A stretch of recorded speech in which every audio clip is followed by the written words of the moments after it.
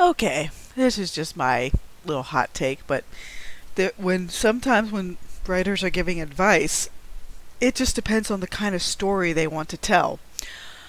I think a lot of times people will basically avoid telling a fantastical story with a character that has a fair amount of power sets because they are afraid of that character being accused of being a Mary Sue, Gary Stu, what have you. Too boring, like, again, like Superman.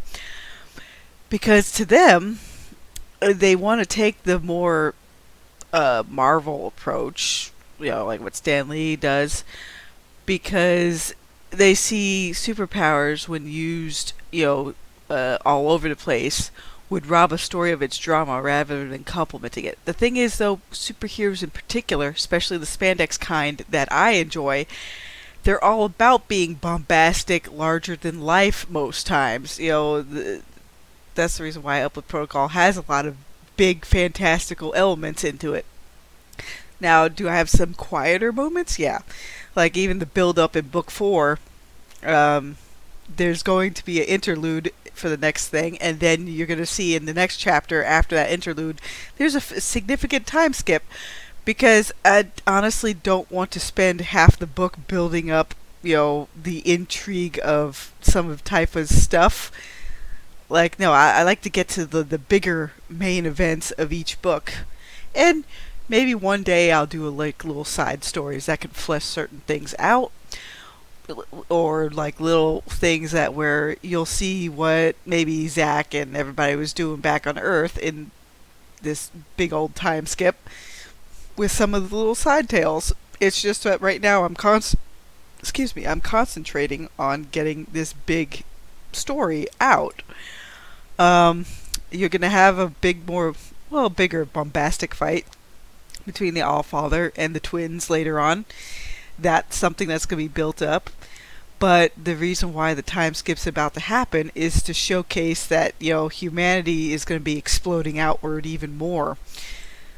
Because when you think about it, Dyson spheres can hold a whole lot of people. And I also want to do this so I could age up, Zach and the triplets so that way they're a little bit more self-sufficient. And the Murphys didn't leave their kids alone. The grandparents, the Murphy grandparents are there, and also, Mother Odessin was there too, because she can't return to her homeworld yet. And, that's a plot development that's going to keep going.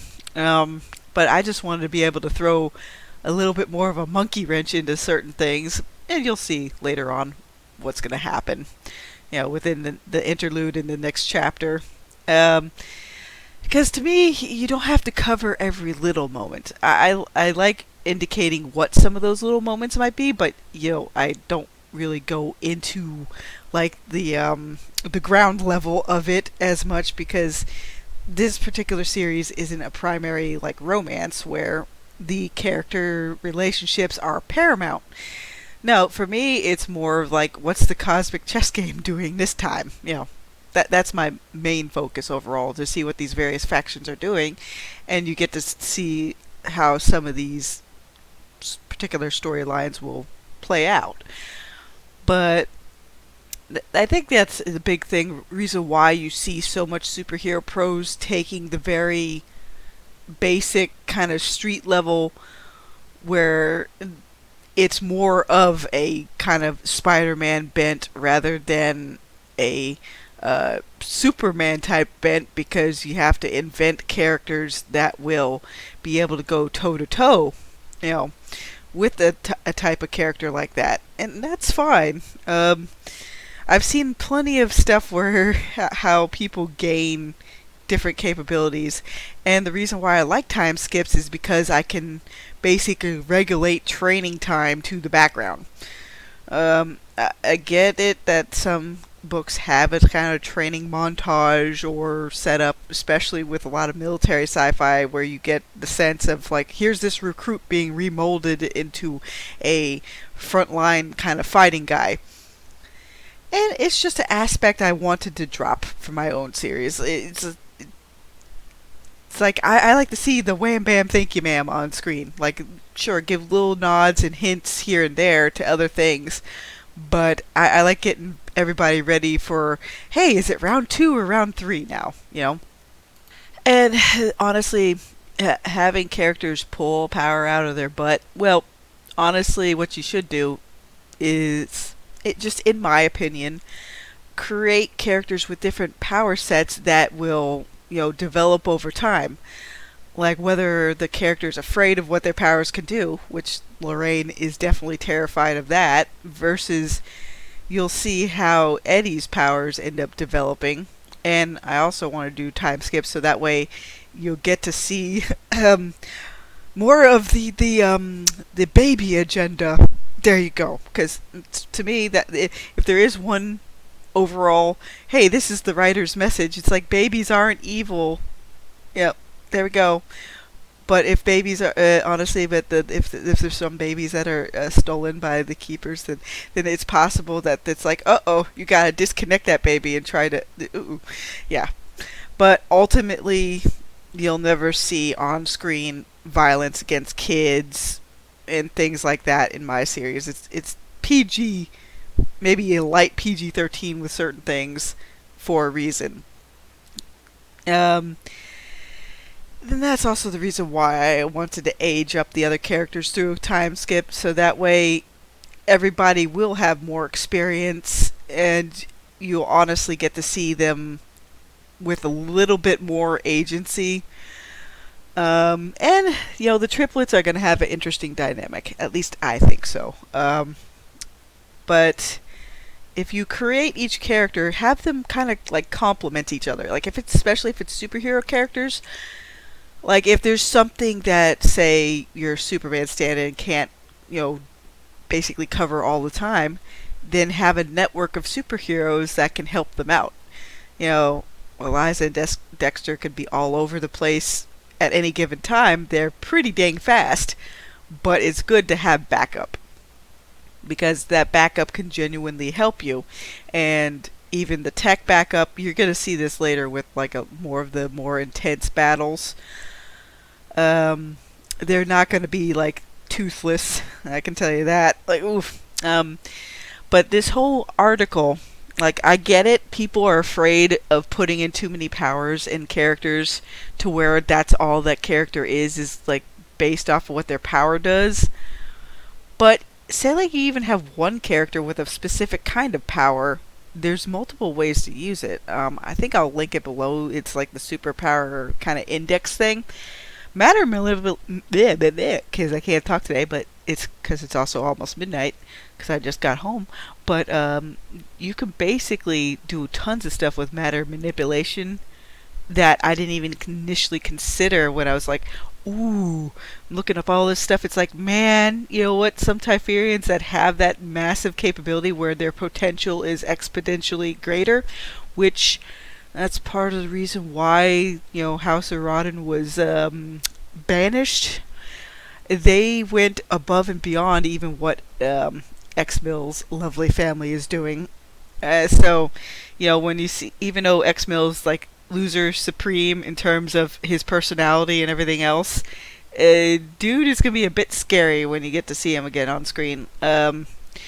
Because even though his nodes were torn out, the Allfather put other things inside of him that it's gonna be like, but I just kind of wanted to where it's like, oh look, it's the cabal of evil, McEvil. It's over there. But you really won't see them doing a lot of big, heavy hitting until season 3. Like, the gloves are going to come off. But this is also my way of developing other plot threads before shit hits the fan, basically. But yeah, I would say, like I've always said with other writing advice, just do what you really want to do. You don't have to stay on road. You can go off road and test out things. And just because, say, if some kind of trend is a lot more popular in the mainstream, doesn't mean you have to follow it, unless you're specifically out to chase, the mainstream setups and maybe the whale readers and whoever else is currently picking up certain kinds of series. I mean, yeah, I get it. You want to make, some cash money and whatnot. But if you're still just like going out and getting some writing in to test the waters, ultimately write what you're really passionate about. If that's a bunch of, say romantic subtext stuff, then I guess you can go for that. Me personally, like before, Fade to Black is pretty much my go-to. That, and now that I think about it, a lot of people seem to maybe mistake like a lot of different superpower subsets with like, oh, you can just make that character MacGyver out of anything. It depends on how you build that character. Sometimes it's just fun to see a MacGyver out of things. Whether it's because they have a superior intellect or they're telekinetic that can move things with their mind, which, that's the reason why I had set remark in the other issue that, like, man, Eratha is kind of just like a little puppy dog trying to learn its new tricks. So, yeah, let's just say it's not going to be a pleasant ride for her later. Nope. Oh. But yeah, sometimes with stories, I just enjoy seeing a character, pull the MacGyver. Not every story has to be 100% tied to realism. It just depends on what kind of flavor you're going for. Me, I'm not going for much realism. I mean, come on, I have space dragons and basically Dexter and Eliza are a mixture of Superman meets the Lanterns, meets Flash Gordon, meets, let me see, maybe a tad of Sailor Moon, just a tad, with certain kinds of aspects. Honestly, I've pretty much thrown everything plus the kitchen sink in there. You just never can tell until you start writing. So again, just keep writing, people, and add what you want to your toolbox. Some stuff will catch the more eyes than other things. It's just preferences. There are some guidelines you can go with, but it's also guidelines are preferences. You really won't know what you like until you start to experiment. And even if you say you're a kind of writer that's like, what is it, like not train of thought, but more like like kind of like sporadic or like instant impression kind of thing, like, okay, then go for it.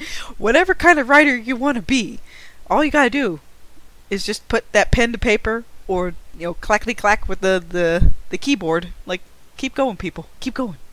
But yeah, in all honesty, it probably just comes down to the fact that, do you want to be a writer that has more of the fantastical in your stuff, or do you want to be more grounded? Because it seems to me like half the time with some of this advice that I see online, they are more of the grounded mindset where it's like, oh, you have to create this like realistic character before you can do a more fantastical one. But I've just noticed, again, with reading a lot of the old pulps, they threw a whole lot of conventions out the window and just wanted to entertain. So if that's your sole goal, then find what entertains you. So, have a good evening, everybody.